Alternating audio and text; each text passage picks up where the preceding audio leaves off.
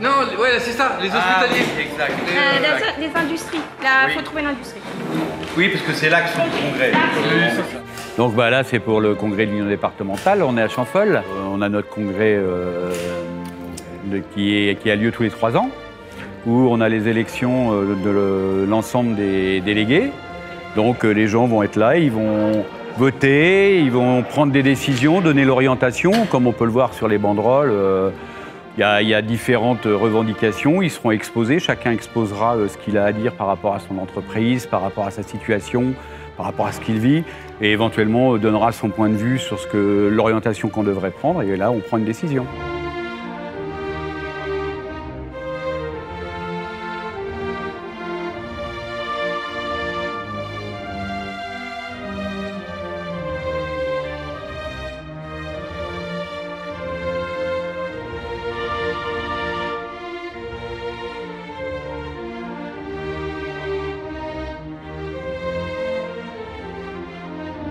T'es là, alors tu la descends, tu la mets à la limite. Bon, on va laisser comme ça, parce que ça va bien avec la facture et la bourse.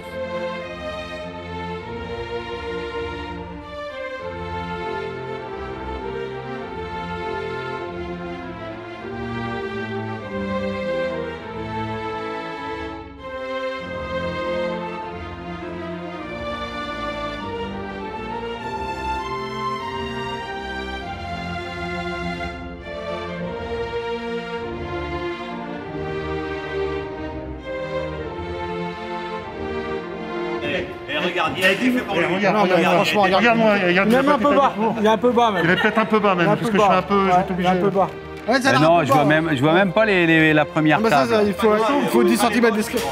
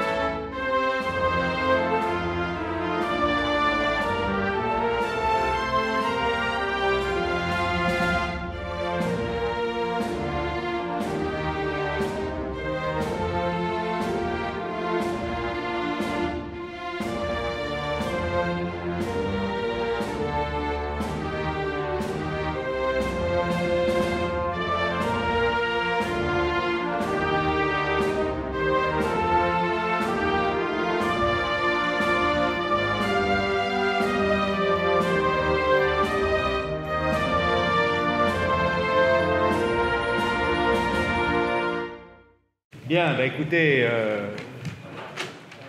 ça a été informel, mais je pense avoir compris que le Congrès, avant son ouverture, est d'accord pour me confier la présidence de ces travaux. Et je vous en remercie et je vous le dis, je suis à la fois fier et honoré de présider ce Congrès en tant que secrétaire général de la Confédération Générale du Travail Force Ouvrière. Et nous allons faire en sorte, ensemble, que ce congrès, qui, dès son début, est à l'évidence en voie d'être une réussite. Oui, mes camarades, nous ne lâcherons pas sur les revendications.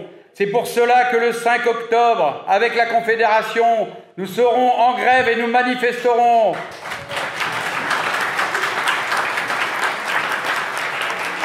Pour le retrait de la contre-réforme des retraites, pour le retrait de la contre-réforme de l'assurance chômage, pour un vrai travail, un vrai salaire pour tous, pour l'augmentation générale des salaires et des pensions, pour la défense des services publics.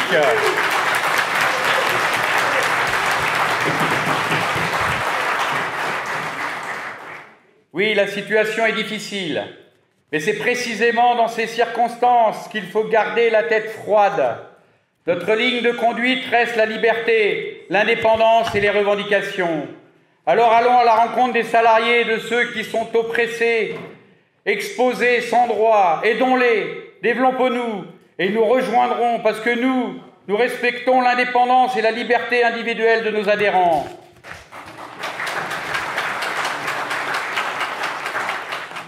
Quand la société la plus grosse employeuse du département inscrite au MEDEF lui inscrit dans tous les journaux locaux qu'il fait bon travailler, qu'il y ait fait du télétravail à coût zéro, que vont faire toutes les autres sociétés qui n'ont pas les moyens de financer comme Novo Nordisk, qui est souvent pris d'ailleurs pour comparaison par les autres employeurs? L'ensemble des salariés et des élus ouvrières de Novo Nordisk demandent à la Confédération Force ouvrière qu'un accord sur le télétravail soit renégocié nationalement avec obligation d'application des mesures négociées et signées.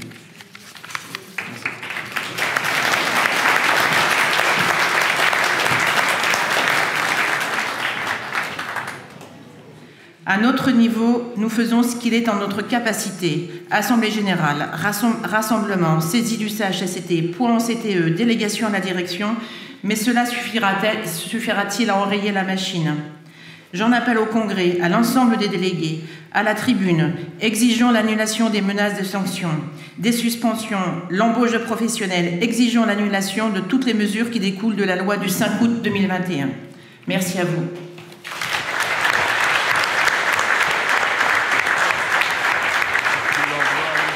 Depuis cette rentrée, j'ai la sensation d'être à nouveau entière et reconnue comme non coupable. C'est un grand soulagement et je n'ai pas assez de mots pour remercier le syndicat. Sans le soutien de mon syndicat, le SNUDI-FO, de ma fédération, la FNEC, et de l'UD, je n'aurais pas été en capacité de me reconstruire.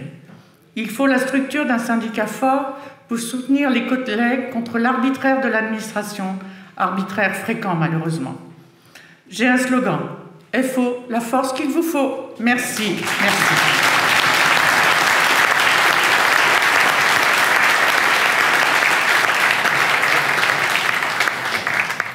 Eh bien, mes camarades, le pire se concrétise. Nous avons découvert récemment que Habitat Drouet a rejoint depuis le 1er janvier 2021 l'Habitat Réuni au sein d'une SAC.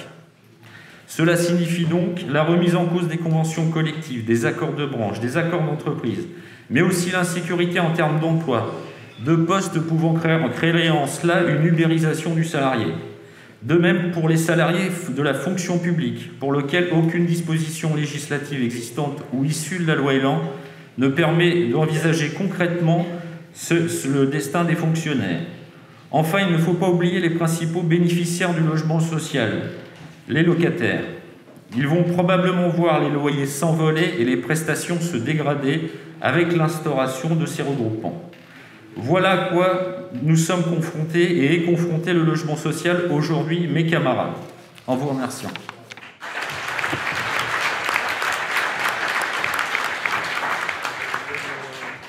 Déjà l'an passé en Eure-et-Loire, l'administration a tenté de transformer les collègues directeurs en DRH avec pour mission de noter les collègues AESH.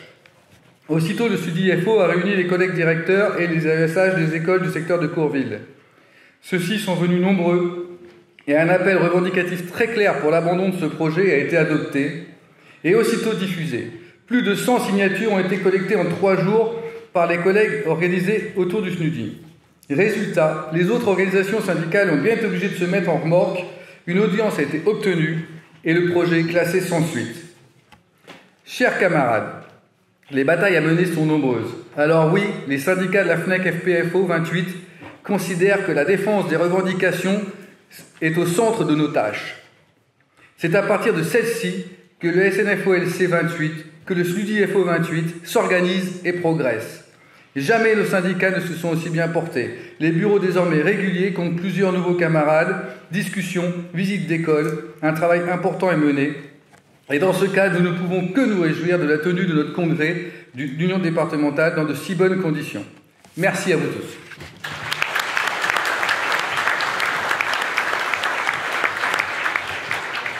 La seconde des priorités sera de renforcer la gouvernance. Il faut pour notre prochaine Assemblée générale travailler à renforcer le bureau et pouvoir accueillir de nouveaux membres. Cela est vrai également pour le fonctionnement général de la FOC départementale. Il existe encore de nombreuses instances qui pourraient avoir une représentation de celle-ci. La FOC est une structure sociale à disposition de tous les adhérents.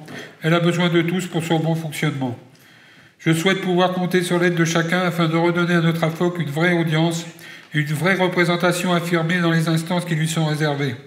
Par avance, je vous remercie de l'attention que vous porterez à ces causes. Merci.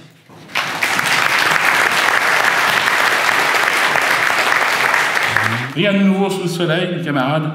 Les salariés ne sont responsables ni de la crise sanitaire, ni de l'éventuelle, je dis bien éventuelle, crise climatique. Ils n'ont pas à en faire les frais, défendre chaque emploi, revendiquer sans aucune réserve une augmentation massive des salaires pour vivre correctement, défendre les services publics en affirmant que l'État n'a pas à subventionner le capital, vert ou pas vert. C'est tout simplement tirer les leçons de l'histoire récente. C'est assurer notre développement en assurant notre indépendance. C'est en tout cas le bilan que je tire de 30 ans d'expérience comme secrétaire de l'Union locale Force ouvrière de Dreux et que je voulais vous faire partager. Je vous remercie de votre attention.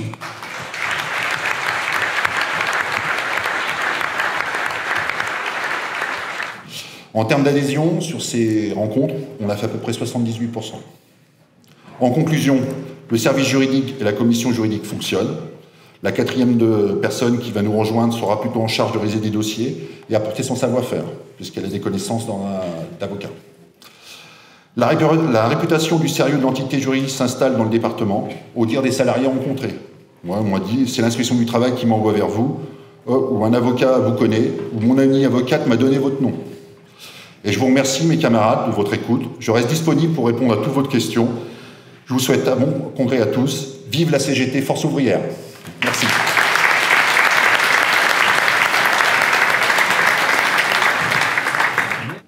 De nombreuses entreprises des métaux sont sans représentation syndicale. La bataille du développement se heurte seulement à notre propre volonté. Alors tous ensemble, renforçons les syndicats des métaux. Nous, membres du bureau des syndicats de localité des métaux, avons besoin de tous nos adhérents pour réussir ce développement. Vive les métaux, vive Force ouvrière. Merci. Nous sommes aujourd'hui en colère d'être aussi méprisés, déconsidérés par ce gouvernement. À quand une vraie considération? À quand une vraie reconnaissance du métier de l'aide à domicile? Et à quand un vrai salaire? Ah oui, l'avenant 43, réservé aux associations de l'aide à domicile. La poudre aux yeux, car cela ne représente en réalité qu'une faible augmentation de salaire pour les salariés de terrain. Cela n'aidera en rien au recrutement. Nous demandons encore une fois à être intégrés au Ségur les 183 € pour tous. Entre l'obligation vaccinale qui engendre des pertes considérables d'heures, des démissions, des suspensions de contrats à venir et l'avenant 43 applicable au 1er octobre 2021, allons-nous avoir les capacités à tenir le cap et qu'adviendra-t-il des personnes aidées? Alors aujourd'hui, car demain il sera trop tard, il faut se rassembler, réunir nos forces et s'unir ensemble.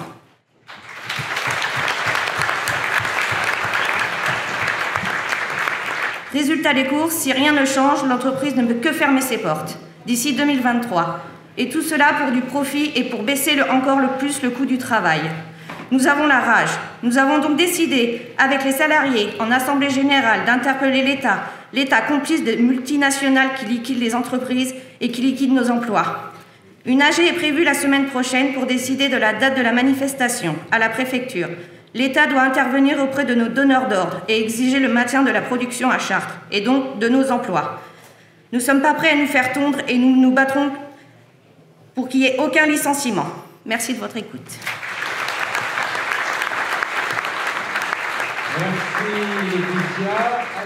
Mener une campagne de syndicalisation, si chaque camarade syndiquait une personne dans l'année, nous doublerions le nombre de syndiqués. C'est évident, vous allez me dire. Eh bien, allons-y. Retroussons nos manches et syndiquons. Mes chers camarades, je vous remercie tous et toutes de m'avoir écouté, du mandat qui m'a été confié, de la confiance que vous m'avez accordée. Vive l'Union départementale Force ouvrière, vive la Confédération générale du travail Force ouvrière. Le trésorier, Jamy. Merci.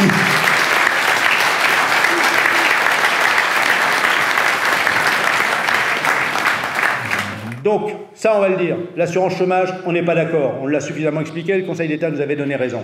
Et puis, les services publics, on parlait de l'hôpital, mais il y a beaucoup d'endroits, nos camarades se bagarrent, dans les finances, les bureaux de poste qui ferment, le manque de moyens. Et, mes chers camarades, la question des salaires. Les prix augmentent, c'est un moyen de redistribution des richesses, c'est autant qui permet de financer la sécurité sociale, les retraites, l'assurance chômage, et c'est autant ce qu'on gagnera sur les salaires qui ne partira pas dans les dividendes versés aux actionnaires.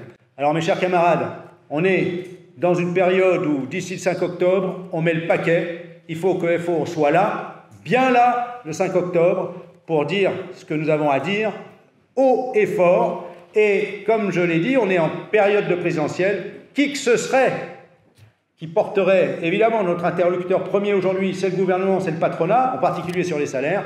Qui que ce serait demain qui revienne avec ces sujets-là, qu'il sache quelles sont nos analyses, nos positions, notre détermination.